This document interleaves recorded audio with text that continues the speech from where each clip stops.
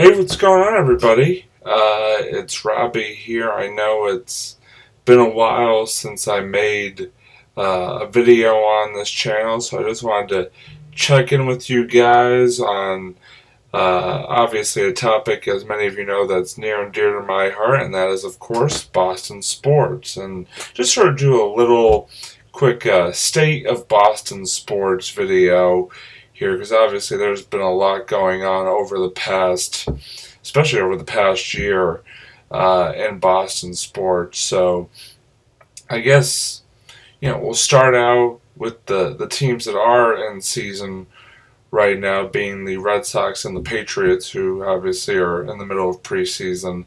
The Red Sox, obviously defending World Series champions, have had some tough times this season in 2019. A lot of injury problems, of course. Today, if you didn't hear, Chris Sale was shut down for the rest of the season due to an elbow injury. Doesn't need Tommy John surgery, which is good, but still tough loss for that pitching staff that already has had its struggles both in terms of starting pitching and the bullpen, which is why they currently sit 6.5 games out of the wild card and double-digit games out of the AL East. So, and then it's interesting because it seems like when the pitching sort of picks up and performs, the offense struggles. And this is an offense that last year, was the best offense in baseball. But just like I said, they've been very inconsistent this year. It's been tough to watch, as someone who the Red Sox have always been my favorite team of all the Boston sports teams.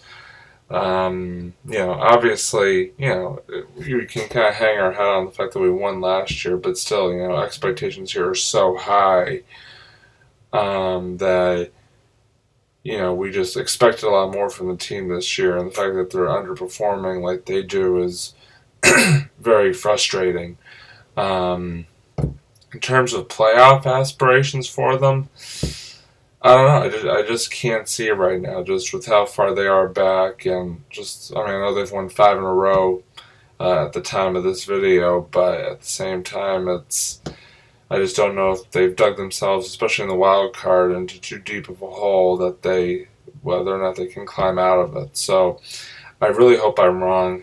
I mean, nobody would like to see them make the playoffs more than me, but at the same time, it's going to be an uphill battle, and I'm not sure if they have what it takes, especially with the injury to Sale, and David Price has been banged up, if they have what it takes to climb that hill. So we'll have to wait and see. The Patriots, meanwhile, they are in the middle of preseason right now. Obviously, the defending Super Bowl champion New England Patriots, and got some good news, obviously, over the last week or so. Josh Gordon was reinstated by the NFL. Julian Edelman has been cleared to play. So, I mean, it definitely helping what has been a bit of a weakness at the wide receiver position. Obviously, losing Gronk too definitely hurts that sort of pass catching core.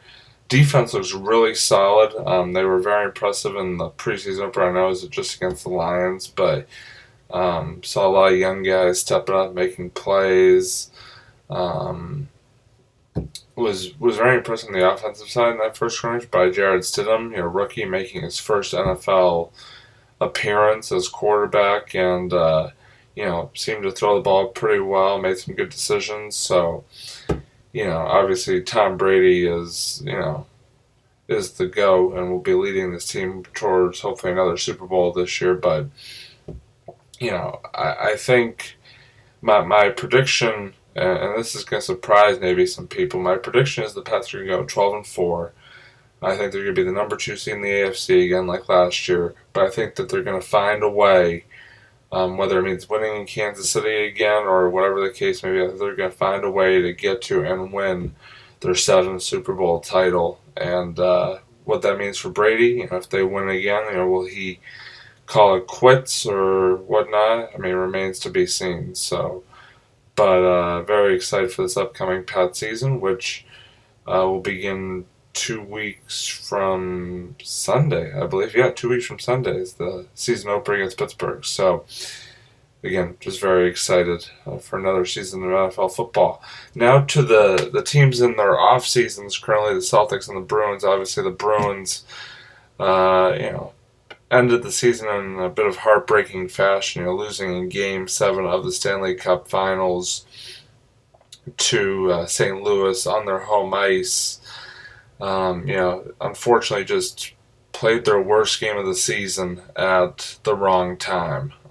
Just really did not look like they fully showed up for that game, which was, like I said, very disappointing. And obviously, you can't look at the fact that they lost in the finals and use that solely to judge the season, because if you had told me that at the beginning of the season the Bruins would be in Game 7 of the Cup Finals on their home ice, I would have thought you were crazy. I just did not have those kinds of expectations for the team, and I don't think a lot of people did either. And they really exceeded expectations. So I think despite the Game 7 loss, the season was an overwhelming success. And I hope that they can just sort of build off of that heading into the 2019-2020 season and make another run. They still have the young core, plus the veteran guys, the Bergerons and the Marchands or Marchand, I forget how exactly he goes by now, and then Tuukka Rask, obviously, and that who came up big for them during the playoffs and during that series with St. Louis. So very hopefully he has another strong season next season. But it's getting closer. It's in a couple months now. They'll be opening up camp and then opening up the season. So don't have too long to wait. And same goes for the Celtics, who obviously had a very disappointing end to last season, falling far short of expectations, losing in the second round to Milwaukee. Now, obviously, gone is Kyrie, gone is Al Horford, Marcus Morris, Terry Rozier, but in comes Kemba Walker. And it's interesting because I think between Walker and sort of the young talent, Jaylen Brown, Jason Tatum, Marcus Smart, I still think this team has a great potential to be a top 4 seed in the East again. When you look at some of the teams around the East, I know Brooklyn got better, but still Durant's, who knows if he's going to be playing this year.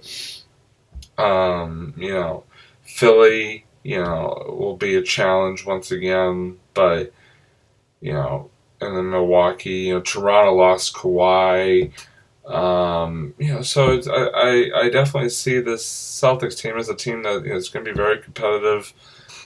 Again, I would not be surprised, really looking at things, if they got a top 4 seed yet again. I forgot to mention their core scorer Hayward, who, was relatively strong last season after obviously missing all of 2017-18 with that knee injury. So, but yeah, I think that, and then when you get into the playoffs, who knows? You never know how a team's gonna.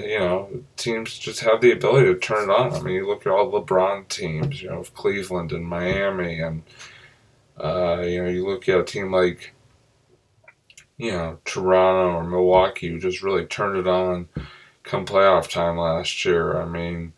It's going to be another fun season of Celtics basketball to watch, and just like with any sport, I just very much looking forward to watching games either from home or from the Garden or whatever the case may be. But that pretty much is going to wrap it up for me. Like I said, just wanted to sort of give my thoughts on the current state of Boston sports out there.